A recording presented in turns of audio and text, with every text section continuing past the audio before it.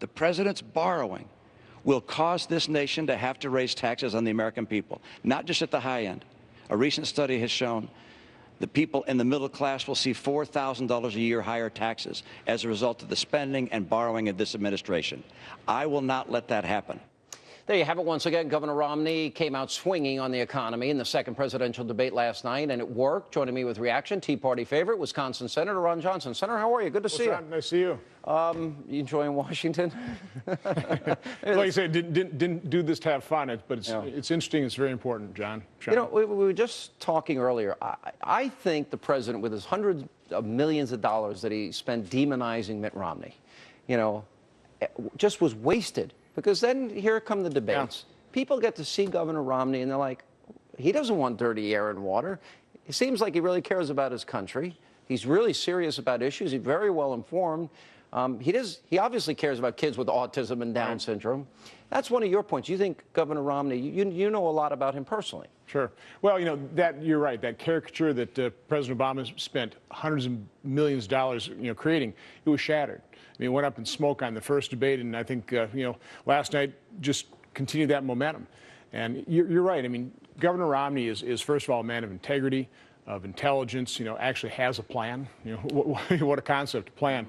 What I really liked about the second debate, the vice presidential debate, when Paul told the story of that accident and that family. And, I heard my own story when Governor Romney's brother came to town, Scott Romney. And as an employer, this really resonated with me because one of Governor Romney's partners at Bain Capital came in and was concerned about his 15-year-old daughter who took a train down here to New York and hadn't been seen for the last 3 days.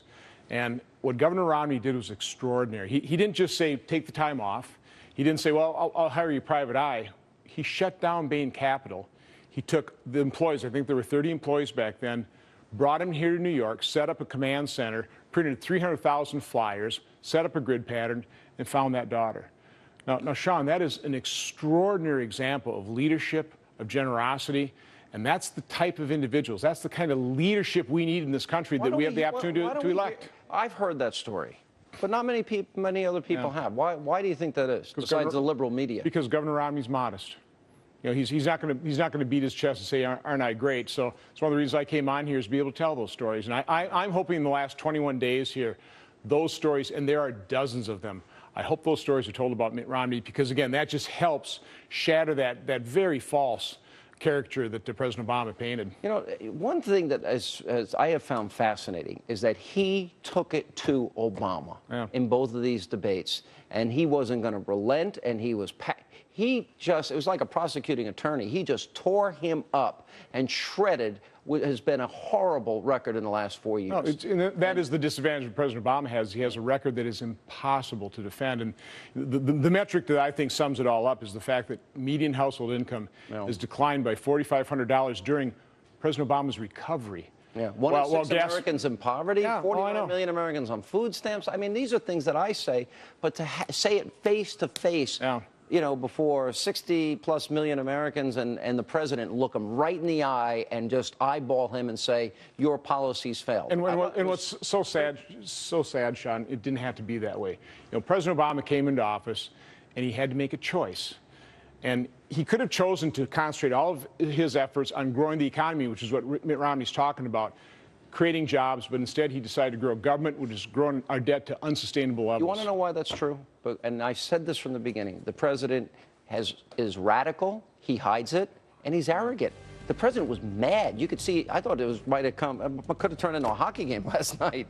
It was getting so personal. I mean, the other thing that I've seen, been there 21 months now, let's face it, President Obama simply doesn't even know how to lead. I mean, when he came into office, he had total control. And what do you say to Republicans? We won.